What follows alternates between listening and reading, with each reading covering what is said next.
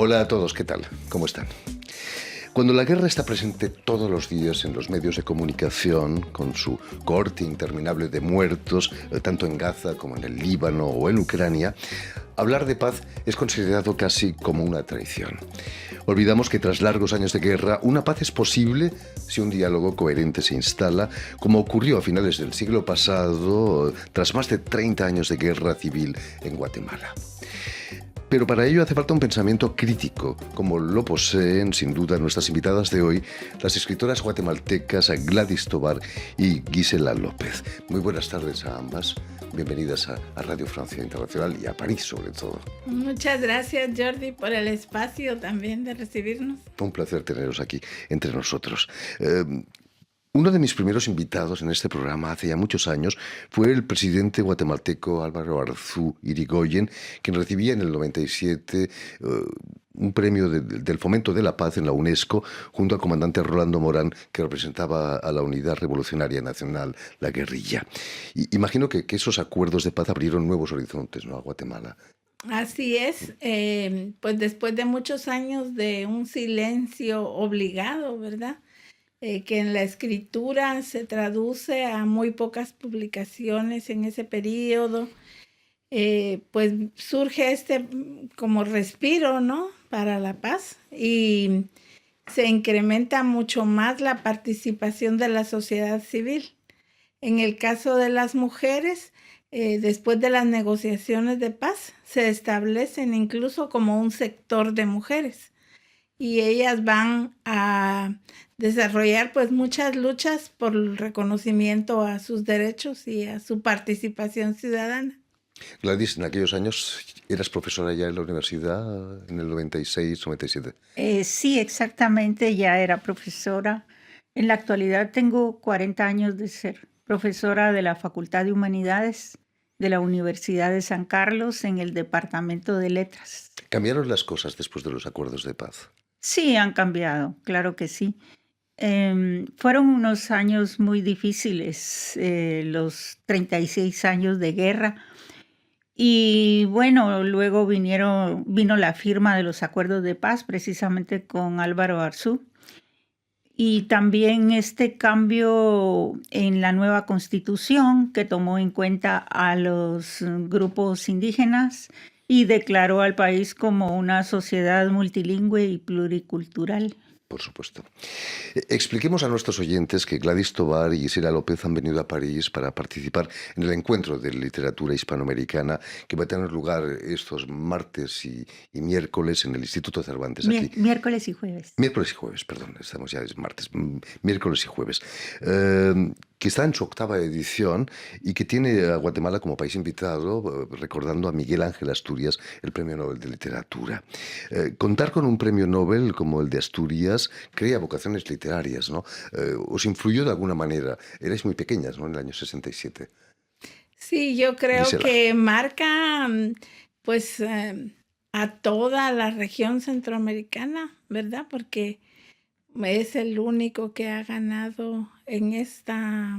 Son pocos los latinoamericanos, entonces tener uno en Guatemala, un ganador del premio Nobel, yo creo que sí incentiva y motiva la escritura, y creo que pues todas sus obras, y que abordó diversos géneros, también es una forma, digamos, de convertirlo en un referente para la juventud. Gladys, para ti fue importante ese premio. Hablabas de indigenismo también, ¿no? En gran parte también fue responsable de la libertad de los pueblos indígenas, ¿no? Asturias. Bueno, sí, por lo menos así sucedió en su narrativa, ¿no?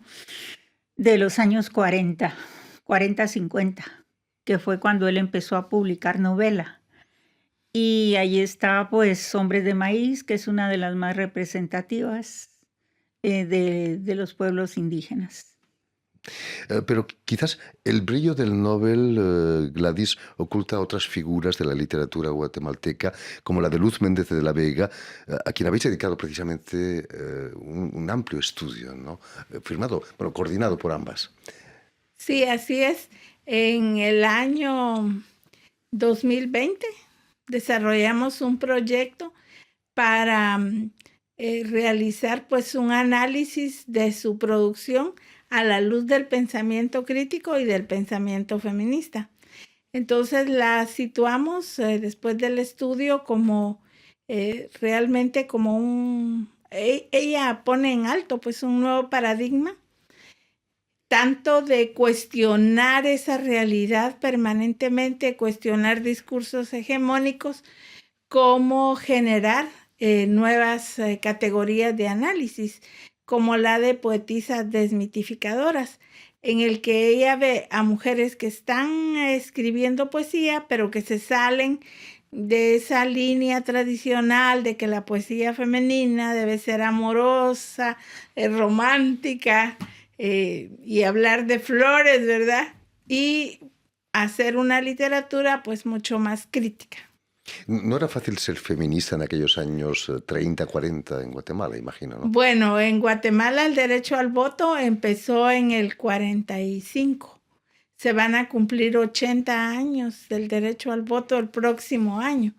Entonces, ella es la pionera, digamos, en llevar ese discurso feminista al ámbito académico de la Universidad de San Carlos a través de sus ensayos, de su poesía, de sus obras de teatro. Y además ella lo nombró, no solo llevó todo ese contenido, sino que uno de sus poemarios se llama Las voces silenciadas, poesía feminista. Entonces un gran valor. Era un manifiesto. Sí, de posicionar ese nuevo discurso, ¿verdad? Gladys, llegasteis a conocerla. Ella fallece en el 2012, ¿no? Sí, fue mi catedrática cuando estudié la carrera de letras en el Departamento de Letras de la Facultad de Humanidades de la Universidad de San Carlos. Y bueno, la conocí en 1980, cuando ya estaba a punto de retirarse como catedrática, pero continuó produciendo literatura hasta fallecer en el año 2012, porque todavía tuvimos oportunidad de publicar en la universidad su último libro que ella entregó en vida, sobre el Principito de Saint-Exupéry. Que, por cierto, conoció a Antoine de Saint-Exupéry ahí en Guatemala, ¿no? Sí, lo conoció ella. Accidentado, ¿no? Sí, él tuvo un accidente y el padre de Luz, quien era médico, lo atendió en el Hospital Militar de Guatemala, y así lo conoció Luz Méndez. ¿Es cierto que Saint-Exupéry le contaba historias a Luz durante su convalecencia? Sí, eso me contó ella a mí, porque la estuve entrevistando durante mucho tiempo para poder hacer un guión de una documental sobre su vida y obra, que por cierto lo pueden ver en YouTube. Luz, mujer, desnudez y palabras. Mientras estudiaba en El Salvador, conoce ahí a Gabriela Mistral, a la gran poeta chilena, ¿no? Sí, ella era una niña para ese entonces. Tenía como 9 años y llega Gabriela Mistral. Luz Méndez nace en 1919. Entonces esos eran los años 30, llegando a los años 30. Y era alumna de un colegio de internas, y llega Gabriela Mistral antes de ser premio Nobel, porque ella fue premio Nobel hasta 1945, unos 15 años después. Sembró una semilla literaria, ¿no? Sí, sembró y precisamente es muy interesante porque Luz Méndez, ya casi al finalizar su carrera, ¿verdad? O sea, ya muy cerca de su muerte, tuvo un premio de Chile por los 100 años del nacimiento de Pablo Neruda. Le dieron esa medalla que otorgó el presidente Lagos de Chile a 100 poetas del mundo, y entre ellos Luz Méndez de la Vega. Un honor, realmente. Sí. Expliquemos que Gisela López es doctora en estudios de género por la Universidad Internacional de Andalucía, en España, y en tus tiempos de estudiante los estudios de género apenas si acababan de nacer, ¿no? ¿Cómo era entonces estudiar género? Bueno, ya tenían su ratito. Empiezan, bueno, en Latinoamérica, más o menos en los años 60 a 70 cobran más auge. Yo estudié ya en el 2008. Y bueno, para Guatemala sí yo siento que es algo como más novedoso. Aunque sí, ya hay programas formativos en el área de estudios de género. Actualmente ya contamos hasta con un doctorado en género y justicia, pero pues sí son realmente recientes, ¿verdad? En el área centroamericana, yo creo que yo soy la primera doctora en estudios de género en Guatemala. Entonces, pues toda una oportunidad de hacer una relectura, ¿verdad? De la cultura desde este enfoque y poder también valorar todos esos aportes, muchas veces silenciados, de las mujeres. En el fondo es poner de nuevo las cosas en su sitio, ¿no? Muchas mujeres han sido ocultadas por grandes hombres. Tu libro más reciente, Brujas, nos hablas de la magia que poseéis las mujeres para transformar la realidad. Quizás los hombres somos demasiado vagos para hacerlo. La mujer tiene una fuerza que no tenemos nosotros. Bueno, Brujas es del 2006. Tengo todavía una antología que se publicó en 2021, precisamente en Madrid, que se llama, tiene como título Zapatos Chinos, poesía para descalzarse del patriarcado. Y pues ahí reúno muestras de brujas, pero también de otros poemarios como Mujer de Nueva Cuenta, Miradas Nuevas, de varios, ¿verdad? De varios poemarios. Esos zapatos chinos es la prueba de ese patriarcado terrible, ¿no? Exacto, ese se toma el nombre de un poema que habla precisamente de cómo quieren colocarnos en un molde, ¿verdad? Y hay un poco como Bourdieu, ¿verdad? Que decía que el género es como una armadura que nos constriñe, pero en el caso de las mujeres, estos zapatos chinos, pues por eso hay que quitárselos para ser libres. ¿Guatemala es un país machista o gracias a gente como tú están cambiando las cosas ya? Yo creo que en todo el mundo están cambiando las cosas, pero sí tenemos una cultura por los mismos 36 años de guerra, ¿verdad? Una cultura de violencia que se ha perpetuado y la prueba muy lamentable son las altas tasas de feminicidio, ¿verdad? Que hay en No son nuestro cosas que país. quedan muy ancladas en la conciencia. Detrás de ti está el nombre de nuestro programa, que es El Invitado, que debería ser hoy Las Invitadas, ¿no? Pero no hemos podido cambiarlo. La próxima vez que vengáis lo haremos. Por su lado, Gladys Tovar es doctora en Educación por la Universidad de La Salle, en Costa Rica. Hace apenas unos días recibías un homenaje en el Paraninfo de la Universidad de San Carlos por tu carrera, tu trayectoria. ¿Cómo viviste ese homenaje? Ay, pues fue muy emotivo.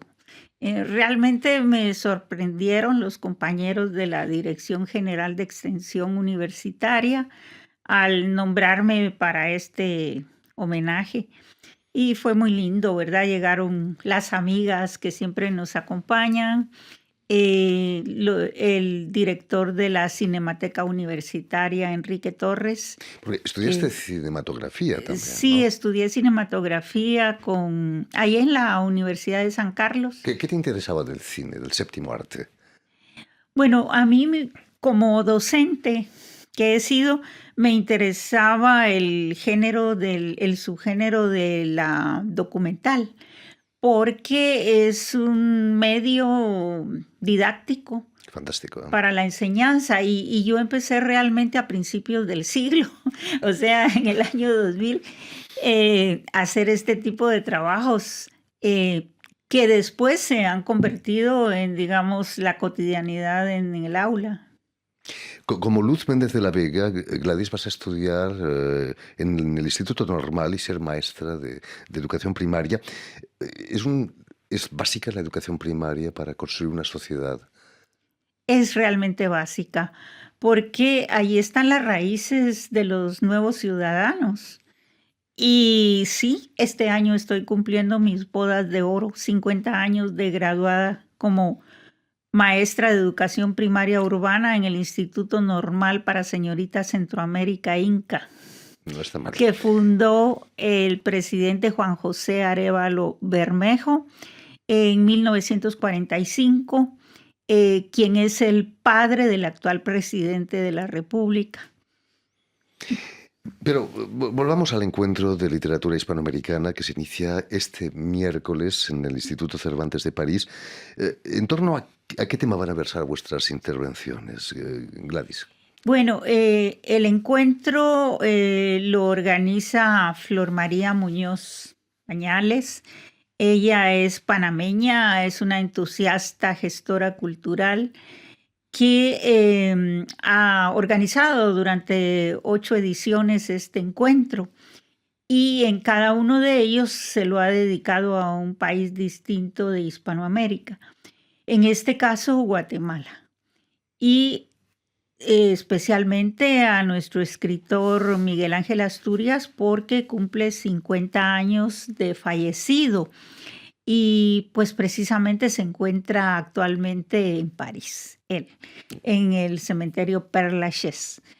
Y luego 125 años de nacimiento, el 19 de octubre los cumplió y es nuestro premio Nobel de Centroamérica, porque no hay otro en Centroamérica, de 1967.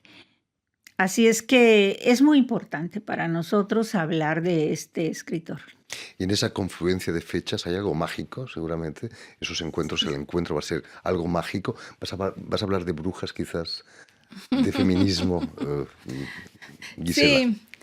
Yo creo que sí es algo mágico encontrarse, sobre todo después de haber pasado años tan duros como fue el periodo de la pandemia, ¿verdad? Donde pues era imposible reunirse de distintas nacionalidades. Yo creo que en este encuentro pues hay como 10 países participantes o más. Y creo que eso es muy motivador, participar de estos diálogos, que ahora cada vez más el mundo se vuelve la aldea global, ¿verdad? ¿Vas a hablar de feminismo quizás en tu intervención? Pues esa lectura crítica que permite hacer el feminismo, yo la he realizado al hacer esa relectura de las obras de Miguel Ángel Asturias, desde ese enfoque de género y entonces pues aportar, ¿verdad?, una nueva perspectiva de análisis para ver la historia presente en cada una de estas obras. En aquellos años 40, cuando Miguel Ángel Asturias escribía, no se hablaba de género todavía, ¿no? No se hablaba de género y sí predominaba, ¿verdad?, esa visión se dice todavía los escritores. Raramente se dice los escritores y las escritoras, ¿verdad? Son como todavía barreras que hay que saltar, ¿no? Poco a poco. En fin, pues ya lo saben, tienen una cita en el Instituto Cervantes aquí en París, donde tienen lugar estos miércoles y jueves los encuentros de literatura hispanoamericana con Guatemala como país invitado. Muchísimas gracias, Gladys Tobar, muchísimas gracias también, Gisela López, por haber estado aquí, haber sido nuestras invitadas y no invitados. Permitidme también que dé las gracias a Vanessa Loiseau y a Suel Kedir, quienes se han ocupado hoy de la realización del programa, y saludar también a nuestros telespectadores, porque también los tenemos que nos siguen en toda América Latina, desde Chicago hasta la Patagonia, seguro que en Guatemala también, gracias a la cadena Unión Continental Latinoamérica, que es la cadena de la OEA, la Organización de Estados Americanos, y una red que se llama TAL, que reúne televisoras públicas y universitarias de todo el continente. Y a ustedes, muchísimas gracias por su atención. Les damos cita para una nueva edición de El Invitado de Radio Francia Internacional. Muchas gracias.